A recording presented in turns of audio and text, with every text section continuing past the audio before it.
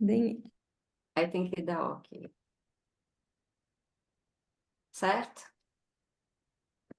Tudo certo? Podemos começar? Para variar, tá falando que a qualidade da minha voz está ruim. Vocês estão me escutando? super bem. Eu não entendo porque meu computador fala isso para mim, mas vamos em frente. Então, bom, boa noite a todos. Nós vamos falar sobre as ferramentas da mediação, eu e o Rodrigo.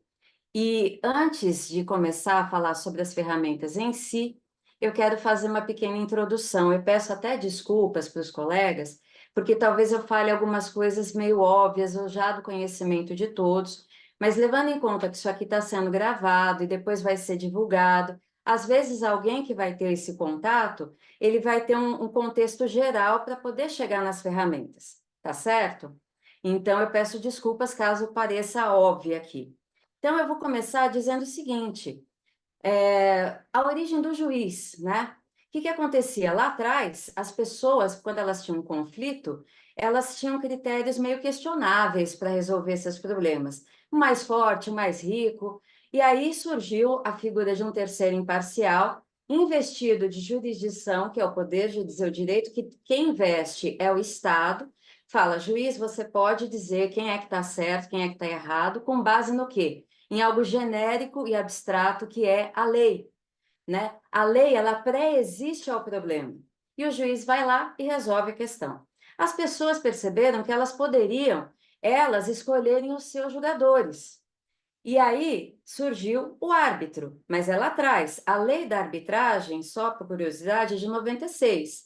Mas a arbitragem já vinha prevista na nossa legislação antes disso, mas ela não era conhecida. E aí as pessoas falam assim: ah, que beleza, vou escolher meu julgador, vou falar para o meu amigo ser meu árbitro no meu problema. Não, não pode, porque a escolha é feita com base no princípio da autonomia de vontades. Só que o princípio da autonomia de vontades, ele não é ilimitado e restrito. Ele tem limites. Ele é limitado pela Constituição Federal, pela legislação infraconstitucional e pela boa-fé. Então, não dá para a pessoa simplesmente escolher assim ao bel prazer dela. Mas eu não vou me enveredar por esse lado, porque o nosso assunto aqui é um dos métodos autocompositivos de conflitos, que é a mediação, fala especificamente das ferramentas. Então, falando dos métodos autocompositivos, vamos lá. O que que acontece? Na autocomposição de conflitos, as próprias partes é que vão dirimir o seu conflito, né? Elas vão decidir, olha, acabou aqui a questão. Como que elas vão fazer isso? Às vezes elas estão muito inflamadas, elas, no mais das vezes, elas estão inflamadas. Existem situações em que existem vínculos que transcendem ao conflito. Existem situações que não há esse vínculo que transcenda ao conflito. Métodos autocompositivos, eu vou falar da negociação, da conciliação e, por fim, da mediação, para poder falar das ferramentas. Então, a negociação, ela, o escopo final dela geralmente é um contrato ou um ajuste contratual. As partes vão conversar entre elas e, às vezes, quando elas estão muito inflamadas, que acontece bastante, elas contratam um negociador profissional, que é o que todo mundo aqui conhece, as pessoas que talvez não conheçam, vou falar para vocês conhecerem. O William Ury é o pai da negociação, da Escola de Negociação de Harvard, e junto do Roger Fisher, enfim. O que aconteceu com o William Ury? Ele foi contratado pelo Grupo Pão de Açúcar para resolver um problema que eles tinham com o Cassino, que era um grupo francês. Aquilo foi mediação? Não, aquilo foi negociação. O final da história foi contratual. Agora, as partes estavam muito inflamadas e tinha vínculo? Não, o vínculo é aquele vínculo contratual ali. Então, foi contratado um negociador profissional, que era o William Ury. Não sei dizer se a Cassino também contratou um outro negociador ou se o próprio CEO da Cassino fez as negociações com o William Ury. O fato é que uma coisa que estava acontecendo num processo arbitral por mais de 2 anos se resolveu em 5 dias com a negociação. Muito interessante. Mas vejam, repito, que o escopo final era contratual. Muito bem. Às vezes, as pessoas não têm esse vínculo, não têm um vínculo de vizinhança, não têm um vínculo de família, não têm, mas têm um problema. E aí, o que eles querem fazer? Querem resolver o problema pontual deles. vem um conciliador. Por que o conciliador? Porque eu estou falando de autocomposição de conflitos. As partes é que vão resolver os seus próprios conflitos. Mas, repito, elas vão ter auxílio ou não. Na negociação, ela teve o auxílio de um negociador profissional, mas ela mesma vai decidir o conflito dela. Na conciliação, de novo, elas vão decidir o conflito delas, só que o escopo numa conciliação, como não tem vínculo, ou seja, se o problema for resolvido ali, acabou, vai cada um para um lado, e o conciliador, segundo o Código de Processo Civil de 2015, ele prevê, o Código de Processo Civil de 2015 prevê que o conciliador ele pode, inclusive, sugerir acordos, ele intervém diretamente. Veja que a mediação, até pelo próprio código, não só a lei de mediação, mas o próprio código também fala que não pode. O mediador, ele não intervém, ele simplesmente, o que ele vai fazer? Não é simplesmente, é muito o que ele faz, não é simples. O que ele faz? Ele tem uma preocupação diferenciada. Ele tem a preocupação de resolver de verdade o problema instaurado. Então, o que ele vai fazer? Ele vai facilitar a comunicação entre as partes, usando o quê? As tais técnicas e ferramentas, que daqui a pouco o Rodrigo vai especificar melhor, mas ele vai usar técnicas e ferramentas específicas para quê?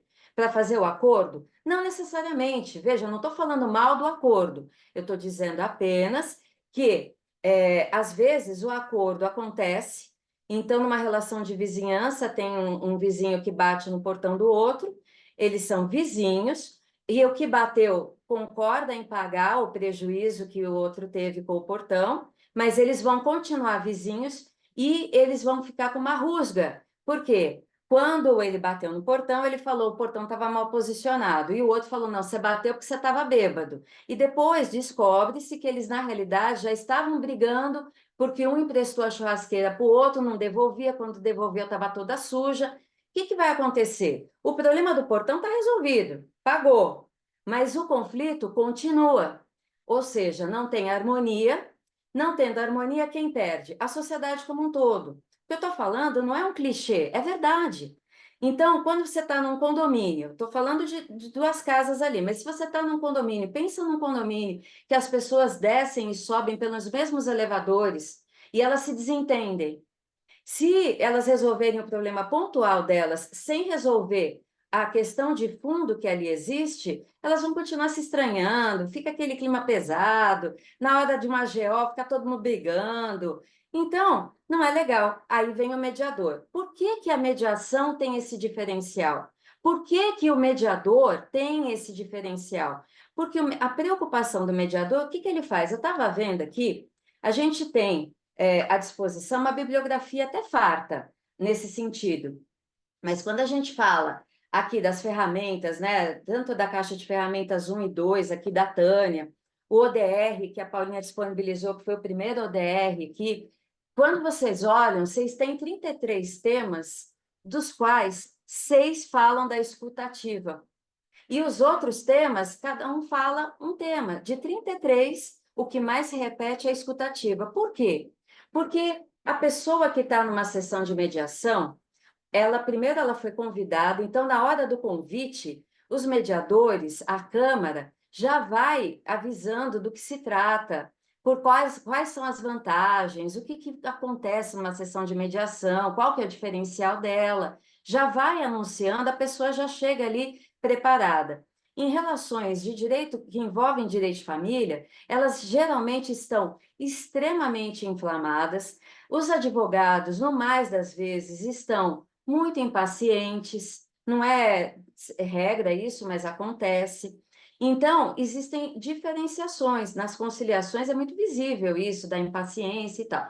Então, voltando, o que acontece? Por que a escutativa é tão importante? Porque tudo faz parte desse contexto diferenciado da mediação. As partes têm que se sentir acolhidas. Acolhimento é ferramenta, é técnica e é algo imprescindível à mediação. Por quê? A parte que se sente acolhida, ela confia em quem está ouvindo, no mediador. Quando ela estabelece essa relação de confiança, ela se sente mais à vontade, ela vai amansando, ela vai acalmando. E como é que acontece esse acolhimento? Na hora da escutativa, o que é escutativa para quem não conhece? Por isso que eu avisei que eu ia falar coisas óbvias para nós aqui que mexemos no dia a dia. Para quem não conhece a escutativa, não é simplesmente ouvir e tal. Não, a escutativa, como o nome já sugere, é escutar o que a parte está falando, entender o que está por trás, tentar entender o que está por trás, tecer comentários de forma que a pessoa entenda que ela realmente ouviu. Às vezes você não fala alguma coisa para um amigo, tal, aí a pessoa fala, aham. Aí você pergunta, a pessoa, você disse isso? Quer dizer, não teve escuta nenhuma. E a escutativa vai além disso, porque além dela ter escutado, ela também vai promover questões, ela vai fazer um resuminho, porque ela vai chegar e falar, olha, se eu não entendi corretamente, você me corrija, foi isso que você quis dizer? E aí, quando ela percebe que a outra parte falou alguma coisa, ela pode fazer um parafraseamento, ela vira e fala com outras palavras para ver se a pessoa entende melhor. Porque existe uma premissa em metodologia que diz que não tem mau intérprete, existe mau interlocutor. Não é uma regra absoluta, mas é verdade. Então, às vezes, você está dando aula, se o aluno, você tem que tentar ver se o aluno está te entendendo, porque se ele não tiver, você vai ter que arrumar um outro jeito para fazer ele entender o que você quer passar.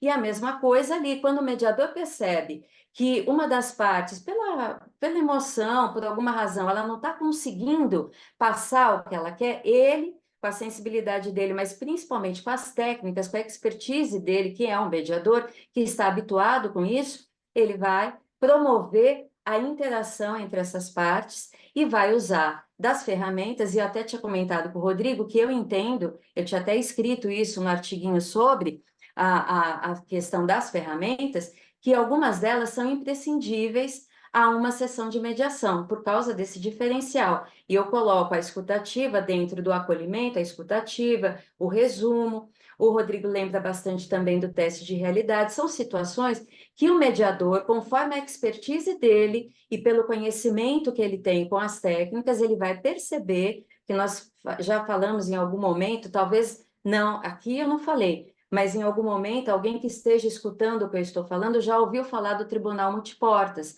O que é isso? É a opção pela melhor solução, não que ela é mais certa ou mais errada, não existe certo e errado, é a mais adequada para aquela situação. E esse raciocínio tem que ser adotado pelo mediador. O negociador profissional vai usar técnicas semelhantes. É escutativa, ele vai se esvaziar primeiro para poder não disparar gatilhos nele no meio de uma sessão. Então, o negociador profissional, o mediador e o conciliador não faz isso?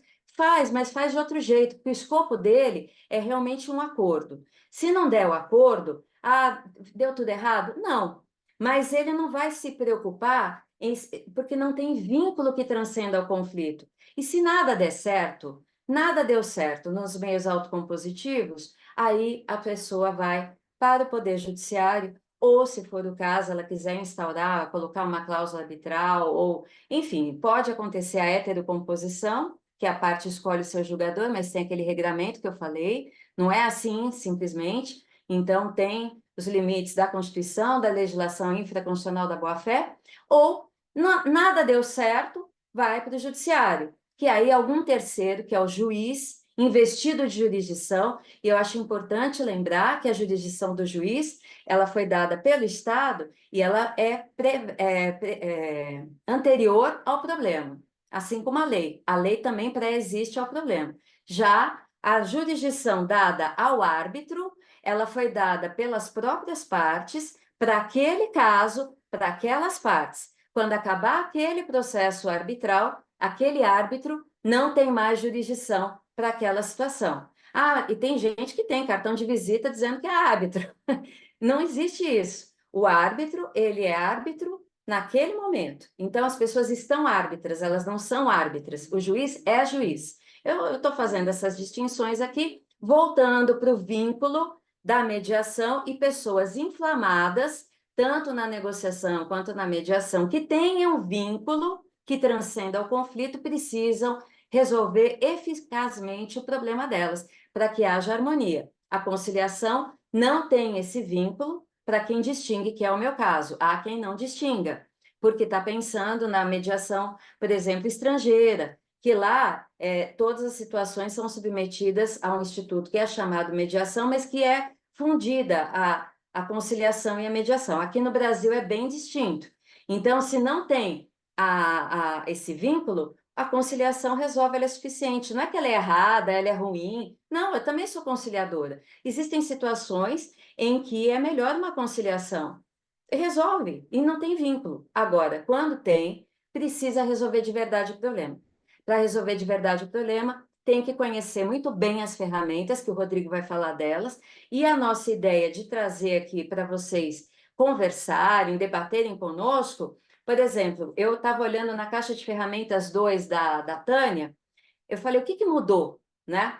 Então, trouxe alguns procedimentos, alguns nomes diferentes, não sei o quê, mas tudo gira em torno do que eu estou falando. Isso eu gostaria que vocês, se discordarem de mim, que trouxessem o que vocês pensam, porque eu fui olhar, nunca tinha ouvido falar, eu, Juliana, nunca tinha ouvido falar em procedimento em U. Era um outro nome do que a gente já está habituado a ver. Quando eu fui estudar, eu fui entender isso. Claro que tem nuances, que é o que a pessoa aqui expôs. Mas o que eu quero dizer é que mediação vai resolver de forma eficaz, mais barata, mais rápida, um problema em que pessoas que estão naquele problema tenham um vínculo que transcenda ao problema. Feita essa introdução, desculpe mais uma vez por alguns conceitos mais básicos, eu vou passar a palavra para o meu querido amigo Rodrigo, que está diretamente da terrinha de Salvador, gostoso, quente. Aí tá quentinho, né, Rô? Não, aqui tá chovendo. Choveu a semana Ah, inteira. mas está frio ou só chovendo? Aqui não E faz aqui frio. tá calor. Aqui Aqui tá não faz calor da frio, não. Bahia. Pois então, continuando a fala aqui, disponibilizada para nós, né? Agradeço primeiramente pela oportunidade de estar falando de um assunto tão importante quanto a mediação. As ferramentas em si, elas são disponibilizadas para a gente proporcionar o diálogo entre as partes, né?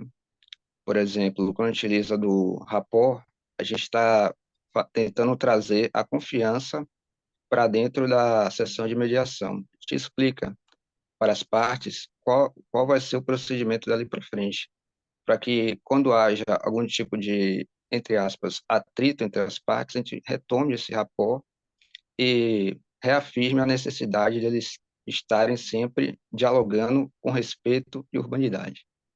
O cálculos também é uma outra ferramenta utilizada dentro da mediação, que pode ser visualizada mais na mediação privada, que é a utilização de reuniões apartadas em que o mediador senta para conversar com cada um dos mediandos a fim de alinhar algumas expectativas, entender qual a profundidade e a dimensão do conflito. Para além disso, nós temos o afago, que é uma ferramenta que eu utilizo bastante, que a gente entende que a pessoa precisa ser motivada positivamente por ter se deslocado de casa até a sessão de mediação. Muitas vezes a pessoa mora em um local distante da Sejusc, e aí ela tem que fazer todo esse trajeto a fim de tentar buscar uma solução mais adequada para a sua questão. Para além disso, tem a ferramenta que é o do silêncio, que é bem utilizada pelos mediadores quando há um conflito ocorrendo ali naquele momento. Por que a gente fala que o silêncio é uma ferramenta interessante? Porque do debate estabelecido ali entre as partes, pode ser que haja a geração de uma opção, e isso tem que ser validado pelo mediador. Muitas vezes a gente observa o mediador silente no momento em que há, entre aspas, uma conversa mais acalorada entre as partes, mas isso, na verdade, se trata de uma técnica, a fim de elucidar melhor a questão. Para além disso, nós temos a questão da visão perspectiva, que é quando as gerações de opções, que é uma outra ferramenta também, quando a geração de opções ela é estabelecida, o mediador trabalha essas opções estabelecidas pelas partes e tenta fazer com que elas, entre aspas, né, tenta estabelecer com elas uma perspectiva de analisar, vislumbrar se aquelas opções podem ser observadas sendo efetivadas concretamente, que não basta as partes, no caso, elaborarem um acordo com determinado objeto, com determinadas prestações ou com determinado comportamento. se elas não conseguem observar aquele comportamento, aquela prática sendo estabelecida no futuro. Para além disso, nós temos duas ferramentas que eu observo que são ferramentas um pouco mais sensíveis, que é a nomeação de sentimento, que é quando os medianos estão em diálogo, estão trabalhando a ideia, e o mediador vê que pode nomear, você está chateada, você está triste. Eu, particularmente, não costumo utilizar esse tipo de ferramenta, porque pode reacender o conflito ali entre as partes. Outra ferramenta que eu também analiso, que deve ser usada com parcimônia, é a inversão de papéis, que quando você tenta colocar a pessoa no lugar da outra, é você tentar fazer com que a pessoa tente se colocar no lugar do outro ali na sessão de mediação. Ora, isso tem que ser bem analisado, porque a depender de como isso é proposto para os mediandos, isso pode gerar uma inflamação no conflito ali, no debate, no diálogo, e acabar degringolando para um não acordo, que embora na mediação a gente não busque o acordo e sim promover o diálogo, pode ser que aquele diálogo, aquela sessão tenha disponibilizado ali um acordo interessante e uma pergunta ou uma colocação mal feita pelo mediador pode descambar o conflito. Outra ferramenta que também é interessante são as perguntas. As perguntas elas precisam ser bem feitas. Tem que ser analisado pelo mediador o momento adequado e o assunto adequado para ser feitas as perguntas, para que, mais uma vez, essa ferramenta não trans, transforme a sessão de mediação em uma guerra campal, porque a gente está tentando facilitar o diálogo, promover o diálogo e fazer com que as pessoas se sintam parte daquele local. Muitas vezes as pessoas entram no judiciário se sentindo aquém daquele espaço. Já na sessão de mediação, a gente tenta fazer com que as pessoas entendam que ali é um espaço interessante para o diálogo e para a escutativa, como bem falou a colega Juliana. Para além disso, nós temos o resumo, que já foi falado pela colega Juliana, como aquela, como posso falar assim, você ouve o que a outra parte disse e você tenta extrair pontos objetivos para que sejam geradas opções em benefício, na verdade, para os medianos. Aí você tenta enxugar toda a palavra, todo o contexto trazido pelos medianos. O outro ponto está trazido pela colega Juliana também, para fechar essa perspectiva das ferramentas, é a questão do acolhimento, que é você tem que fazer com que, como eu falei anteriormente, você fazer com que as partes se sintam à vontade dentro da sessão de mediação, para que seja extraída delas a melhor versão delas no que diz respeito à proposta de resolução do conflito. E também escutativa, né? Como bem falou a colega Juliana, ela é o vetor de toda a mediação. Ela também é o vetor de todo o diálogo. Se as pessoas pudessem escutar mais do que ouvir as outras, eu acho que o diálogo seria melhor estabelecido entre as pessoas.